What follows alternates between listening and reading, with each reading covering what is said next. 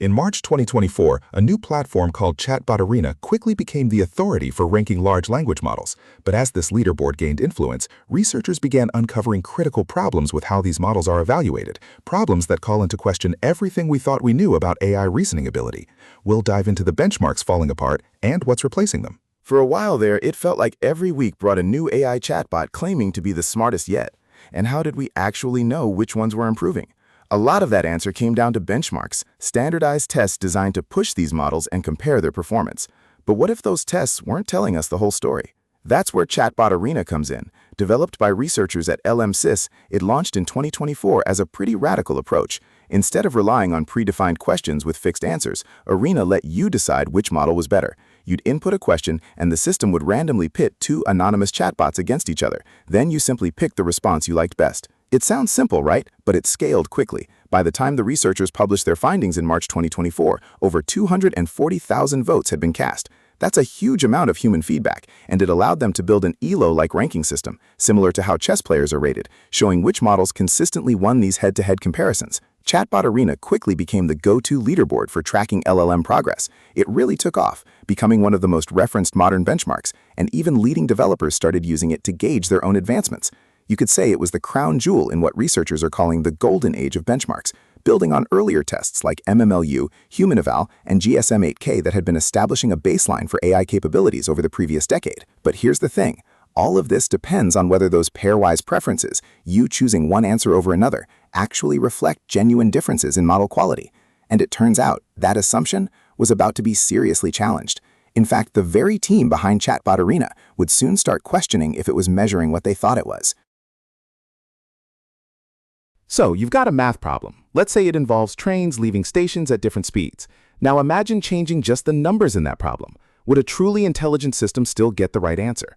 Apple research has recently put that to the test with a new benchmark called GSM-Symbolic, and the results are pretty telling. They published their findings in October 2024, and it's already making waves because it tackles a huge issue with how we've been measuring AI progress.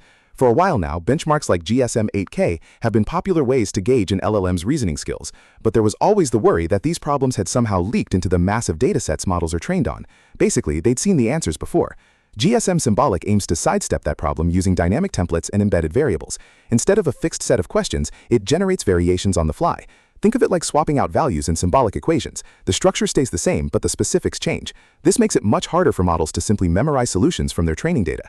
What did they find? Well, performance varied noticeably even when only the numerical values were altered across different versions of the same question. And that variance was significant. All tested models showed a decline in accuracy. But here's where things get really interesting. As the number of clauses within a question increased, so did the drop-off in performance.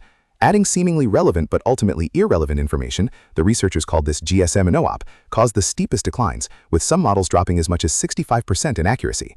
This led the team to hypothesize that current LLMs aren't actually reasoning through these problems.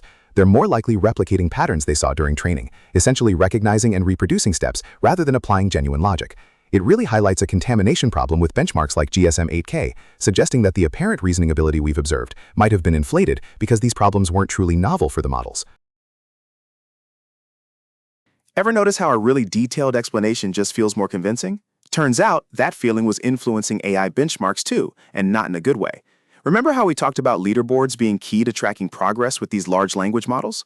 Well, the team at LM-SIS, who run Chatbot Arena, recently discovered that presentation style could significantly inflate a model's ranking, even if its actual reasoning wasn't all that strong. The problem came down to this. A bot that gave short, concise answers might score lower than one giving long, thorough responses, not because it was less correct, but because people just prefer longer explanations. To get at the root of it, LM-SIS researchers built something called style control into Arena, using regression analysis to separate out the effect of presentation from substance. Essentially, they could mathematically isolate how much of a model's score came from what it said versus how it said it. What did they find? Length was by far the biggest stylistic factor. All those markdown effects, bolding, headers, lists, were secondary. They added these style features as independent variables in their Bradley-Terry ranking system and calculated separate coefficients for models and stylistic elements. This let them see exactly how much a model's score was boosted by presentation alone. And when they flipped the style control toggle on, things shifted. The leaderboard rankings visibly changed, confirming that response length and formatting had been artificially inflating certain models' ratings. It's a pretty direct admission from LM-SIS themselves that their Arena system could be gamed with verbose responses. But it's not just about pointing fingers. The style control feature is an attempt to fix this, offering a more accurate view of how well these models are actually performing underneath all the extra polish. 9 elements are now showing up consistently across the safety policies of leading AI labs. That's according to a December 2025 analysis published by METR, Model Evaluation and Threat Research, and it gives you a really clear picture of what responsible development looks like right now. For a while, we were all focused on leaderboard scores, but things have changed quite a bit.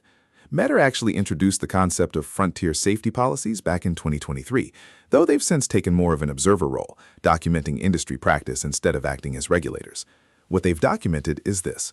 Labs are now defining specific capability thresholds for each evaluation before deployment can even begin. Think of it as a clear bar to clear, not just incremental improvement on a general test. Beyond that initial assessment, these policies consistently address model weight security, keeping those core components protected. And they include deployment mitigations, meaning access controls and protections built directly into the models themselves.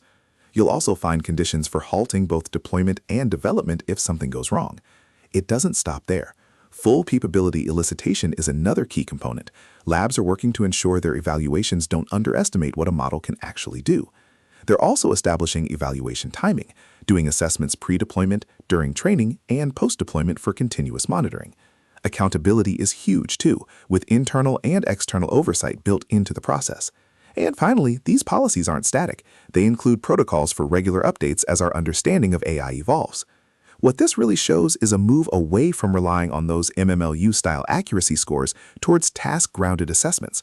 Instead of just seeing how well a model performs, we're looking at specific capabilities and triggering evaluations when certain thresholds are met, and having third parties audit the results under controlled access agreements. It's about capability evaluations, not leaderboard rankings anymore. So you've spent weeks, maybe months, getting an LLM to do what you needed to. But what if all that effort wasn't about finding the right model in the first place? That question is at the heart of a guide published in June 2024 by 6 practitioners building real-world applications with large language models. Eugene Yan, Brian Bishop, Charles Fry, Hamel Hussein, Jason Liu, and Shreya Shankar argue something pretty fundamental. The model isn't the product, the system around it is.